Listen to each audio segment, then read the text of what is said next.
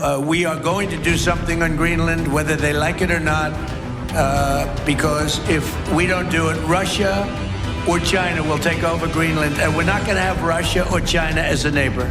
दुनिया के मैप पर टॉप राइट कॉर्नर में एक मैसिव व्हाइट पैच है, ग्रीनलैंड। देखने में ये सिर्फ बर्फ, ग्लेशियर्स और शांति की जगह लगती है।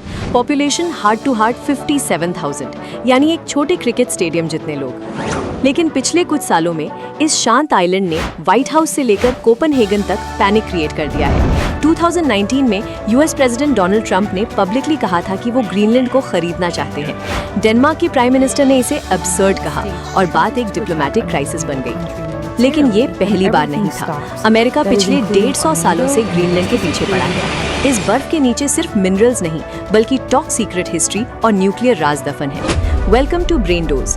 आज हम ग्रीनलैंड की हिस्ट्री की डीप डाइव करेंगे और समझेंगे कि इतनी ठंडी जगह इतनी गर्म पॉलिटिक्स का सेंटर क्यों बन गई।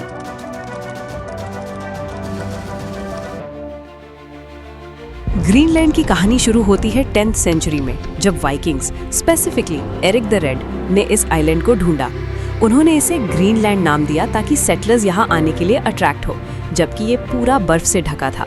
शायद दुनिया का पहला क्लिकबेट था। लेकिन मॉडर्न पॉलिटिक्स शुरू होती है साल 1721 में। एक डेनिश नॉर्वेजियन प्रीस्ट हांस ईजेट ग्रीनलैंड पहुंचे। उन्होंने वहां क्रिश्चियनिटी स्प्रेड की और ट्रेड शुरू किया। धीरे धीरे डेनमार्क ने इसे अपनी कॉलोनी बना लिया। कईयों सालों तक डेनमार्क ने ग्रीनलैंड को दुनिया से बंद रखा। वहां किसी आउटसाइडर को जाने की परमिशन नहीं थी, ताकि वहां का कल्चर और ट्रेड मोनोपोली डेनमार्क के पास रहे। लेकिन फिर आया वर्ल्ड वॉर 2, जिसने सब कुछ बदल दिया।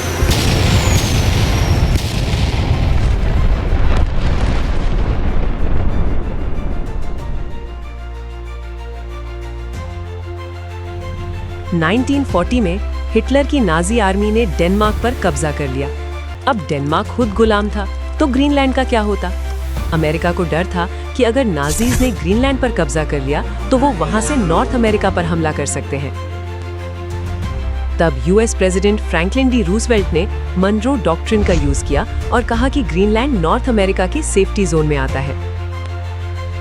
डेनमार्क के एम्बेसडर ने परमिशन दी और 1941 में अमेरिकन मिलिट्री ने ग्रीनलैंड में एंट्री ले ली। यही वो मोमेंट था जब ग्रीनलैंड डेनमार्क की कॉलोनी से अमेरिका का एयरक्राफ्ट कैरियर बन गया। वर्ल्ड वॉर 2 खत्म हुआ, लेकिन अमेरिका वापस नहीं गया। क्यों? क्योंकि अब नया दुश्मन था, सोवियत यूनियन यानी रशिया। बात सिर्फ मिलिट्री बेसिस तक नहीं थी। 1946 में यूएस प्रेसिडेंट हैरी ट्रूमन ने डेनमार्क को ऑफिशियली ऑफर किया, $100 मिलियन इन गोल्ड ले लो और ग्रीनलैंड हमें दे दो।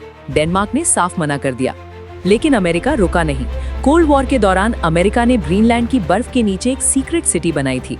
इसका नाम था प्रोजेक्ट आइसवर्म। प्लान ये था कि बर्फ के नीचे छिपाकर 600 न्यूक्लियर मिसाइल्स रखी जाएंगी, जो रशिया पर कभी भी फायर की जा सके। डैनिश गवर्नमेंट को इसके बारे में पूरा सच नहीं पता था। एक और स्कैरी इंसिडेंट हुआ 1968 में। एक अमेरिकन बॉम्बर प्लेन जो 4 हाइड्रोजन बॉम्ब्स कैरी कर रहा था, ग्रीनलैंड के पास क्रैश हो गया। थूली एक्सीडेंट, रेडियो एक्टिविटी फैल गई, सफाई में सालों लग गए। ये हिस्ट्री आज भी ग्रीनलैंड के लोगों के दिमाग में ताज़ा है कि कैसे सुपर पावर की पॉलिटिक्स ने उनके घर को खतरे में डाला। तो अब वापस आते हैं आज के दिन पर। अगर 1946 में डील फेल हो गई थी, तो अब इंटरेस्ट क्यों? वजह है ग्लोबल वार्मिंग। पहले जो खजाना बर्फ के नीचे था, अब वो बाहर आ रहा है। Rare earth minerals. ग्रीनलैंड में यूरेनियम, नियोडिमियम जैसे एलिमेंट्स हैं जो इलेक्ट्रिक कार्स और फाइटर जेट्स के लिए चाहिए। फिलहाल चाइना इन पर राज करता है और यूएस ये मोनोपोली तोड़ना चाहता है। The polar silk road. बर्फ पिघलने से नए समुद्री रास्ते खुल रहे हैं। चाइना अपने शिप्स यहाँ से निकालना चाहता है और यूएस अपने बैकयार्ड में चाइना को नहीं देखना चाहता। आज ग्रीनलैंड के पास 2009 के बाद से सेल्फ रूल है, लेकिन फॉरेन पॉलिसी आज भी डेनमार्क के पास है। अमेरिका वहाँ कंसोलिडेट्स खोल रहा है, एड दे रहा है, ताकि ग्रीनलैंड के लोगों का दिल जीत सके। ये स्टोरी वॉर की नहीं है, ये स्टोरी पोजिशनिंग की है। यूएस के लिए ग्रीनलैंड एक शील्ड है, डेनमार्क के लिए एक सॉवरेनिटी का सवाल है, चाइना के लिए बिजनेस है, लेकिन ग्रीनलैंड के लोगों के लिए ये उनका घर है।